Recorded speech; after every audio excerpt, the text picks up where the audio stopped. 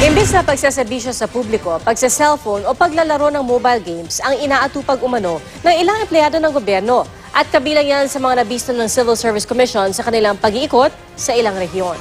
Yan ang tinutukan ni Jam Santecay.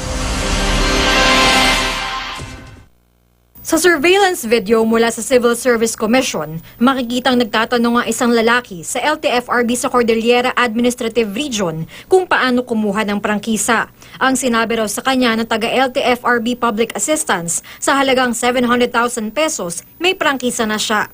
Isa ito sa mga natuklasan ng CSC sa kanilang pag-iikot sa mga tanggapan ng gobyerno sa 6 na rehiyon noong isang linggo. Ganyan ba ang public assistance natin nagbebenta ng prangkisa? Hindi ho tama. You give the wrong impression. The frontliners, kayo ho yung face ng agency. Meron din silang mga nahuling nagsa-cellphone daw habang kausap dapat ang mga nanghihingi ng tulong. Gaya ng isang ito sa LTFRB Region 1 at isang ito sa SSS Region 2 na dalawa pa ang hawak na cellphone. Meron pa rin hong naglalaro ng cellphone. Meron pa rin hong nag-gaming. Others are not courteous. Mataas na ho yung sweldo ng mga government employees, fourth tranche. So we are not here to shame. We are not here to shame. We just want to improve service po.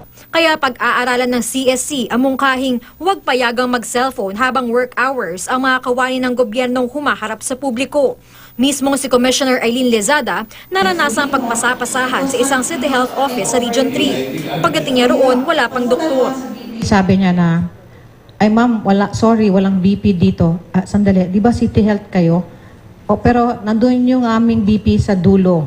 Okay, so I went out of the building. Pagdating ko sa dulo, yung ending ko, Bureau of Fire. So sabi ko, saan ho ang BP dito? May BP na pala ang BFP. Sabi niya, hindi ma'am, nandun pa sa kabilang dulo. Ipinauubaya muna ng CSC sa mga pinuno ng ahensya ang pagdisiplina sa mga empleyadong pabaya o tiwali. Kapag hindi kumilos, CSC na raw ang gagalaw at posible magpataw ng 6 na buwan hanggang 1 taong suspensyon sa mga lalabag sa Code of Conduct and Ethical Standards for Public Officials and Employees. Sa mga may reklamo, mag-text sa kanilang numero o mag-email ng mga detalye ng insidente para agad maaksyonan. Jam Santecay, Nakatutok, 24 Oras.